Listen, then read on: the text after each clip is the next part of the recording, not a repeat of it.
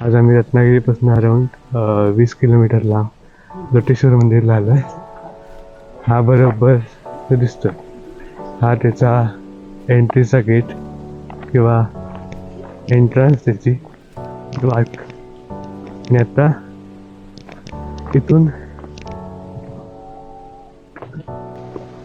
इथून जर खाली बघितलं तर इथे अशा पायथ्याने केलेल्या आहेत मंदिरापर्यंत जायला. आणि बरोबर जरा असं खाली आल्यानंतर इथे असं छान एकदम छोटं छोटं रिव्हर टाईप असं दिसतंय आणि पाणी वाहताना दिसतंय. आपण नॉर्मली जर शहरामध्ये बघितलं तर गटारं वाहतात, पण अशा गावाच्या ठिकाणी असे छोटे छोटे पाण्याचे जे झरे आहेत तसे गल्लोगल्लीतनं वाहत असतात. थोडंसं खाली जाऊन बघूया अजून. ते जे मगाशी तिकडे जात होतं ते तसं खालपर्यंत सगळ्या शेतांना पाणी पुरवतं.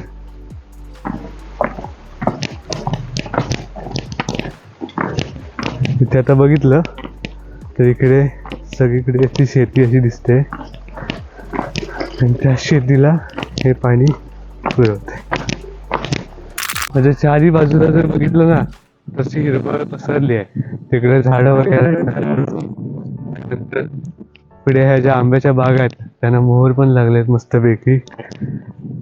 आणि एकदम जरी आता दुपार झाले तर कडकडीत ऊन असलं तरी पण एक थंडावा आहे, कारण का गावाचं ठिकाण आहे, मस्तपैकी हिरवळ आहे आणि नदी असल्यामुळे एकदम थंड वातावरण इकडे झालेलं आहे.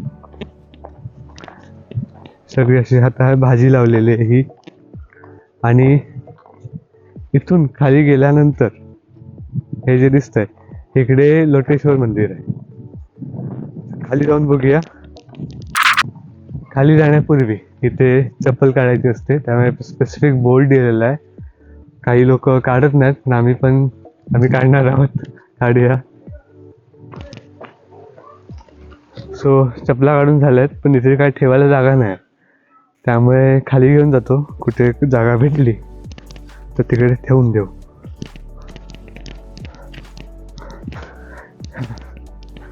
लास्ट टाइम आलो तेव्हा इकडे असं काय कन्स्ट्रक्शनचं काम नव्हतं, पण आता बघतोय तर काहीतरी कन्स्ट्रक्ट करतात ते.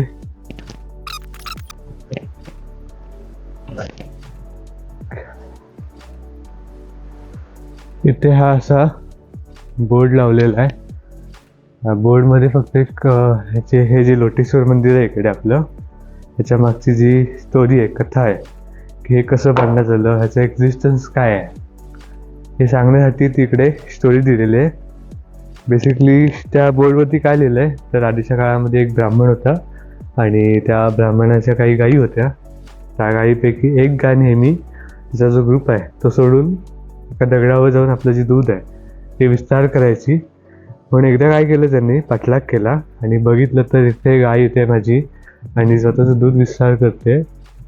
त्याने एक अशी मोठी काठी घेतली आणि त्या काठीने इथे आधी एक वेलीचा असा गुच्छा होता, तर जाळं होतं, त्या जाळीवरची ठपकन अशी मारली आणि मारल्यानंतर तिथे त्याला कळालं की शिवलिंग आहे, त्याचा एक डाग अजून त्याच्यावरती पण आहे. आणि मग त्याने ते गावभर सांगितलं आणि मग हे असं प्रॉपर एक मंदिर त्यांनी बांधलं होतं. आत्ता हे जे दिसतंय हे असं आधी नव्हतं. आधी त्यांनी मातीचं बांधलं होतं, त्यानंतर कौलारू बांधण्यात आलं आणि अराउंड 2018ला 24 डिसेंबर 2018ला एक रिनोव्हेट करून प्रॉपर असं त्यांनी बांधलं. आणि लोक असं पण म्हणतात की, म्हणजे एक कथा आहे आधीच्या काळातली की जेव्हा परशुरामने इथे तपस्या केली होती तेव्हा त्याला एक कमळ असं फ्लोट होत आलेलं पाण्यामधनं, आणि जेव्हा त्याने ते कमळ उचललं तेव्हा त्याला त्याच्याखाली शिवलिंग भेटलेलं. आणि असं मानणं होतं की ते शिवलिंग असं दर्शवायचं की स्वतः जे महादेव आहेत ते पण आले होते आणि ते आले होते ते ह्या मोठ्या दगडावरती स्थापन झाले होते असं त्यांचं म्हणणं होतं. आणि त्यामुळे ह्या दगडावरती ते शिवलिंग ठेवून तिथे असं एक प्रॉपर मंदिर बांधण्यात आलं आहे. आणि बरोबर इकडे बघितलं तर ह्या साईडला हे नंदीस्थान आहे आणि बरोबर इथे आतमध्ये हे शिवलिंग आहे. आता हे रिनोव्हेट करण्यात आलं आहे, व्यवस्थित इम्प्रूव्ह केलं आहे आणि त्यावरती असं तांब्याचं एक स्ट्रक्चर केलं क्रिएट. आणि बरोबर इकडे ह्या ज्या दिसत आहेत ह्या अशा पायथ्याच खालून वरती यायला. जेव्हा पावसाळ्याचा सीझन असतो तेव्हा ही पायथ्यानी पूर्ण ब्लॉक होते, त्यामुळे ही जी इकडची आहे ही पायथ्यानी त्यासाठी केलेली आहे. आता हा जो सीन चालू आहे तो अराउंड जानेवारी आहे, त्यामुळे पावसाळ्याचं जे प्रमाण आहे ते कमी असतं, पाणी पण कमी भरतं. त्यामुळे इथे आता हे जे दिसतंय हे पाणी सगळं आटलेलं आहे.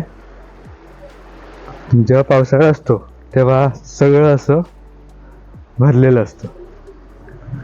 एकदा तिकडे जाऊन बघूया की कसं आहे ते.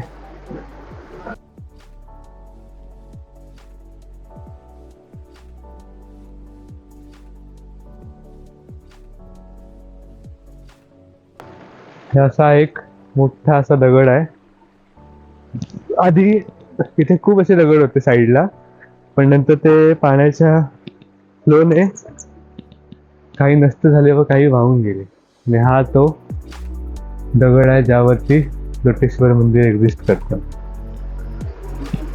सो आय होप व्हिडिओ आवडला असेल, शेवटपर्यंत आला असाल सबस्क्राईब करा आणि लाईक करायला विसरू नका. थँक्यू. चलो बाय.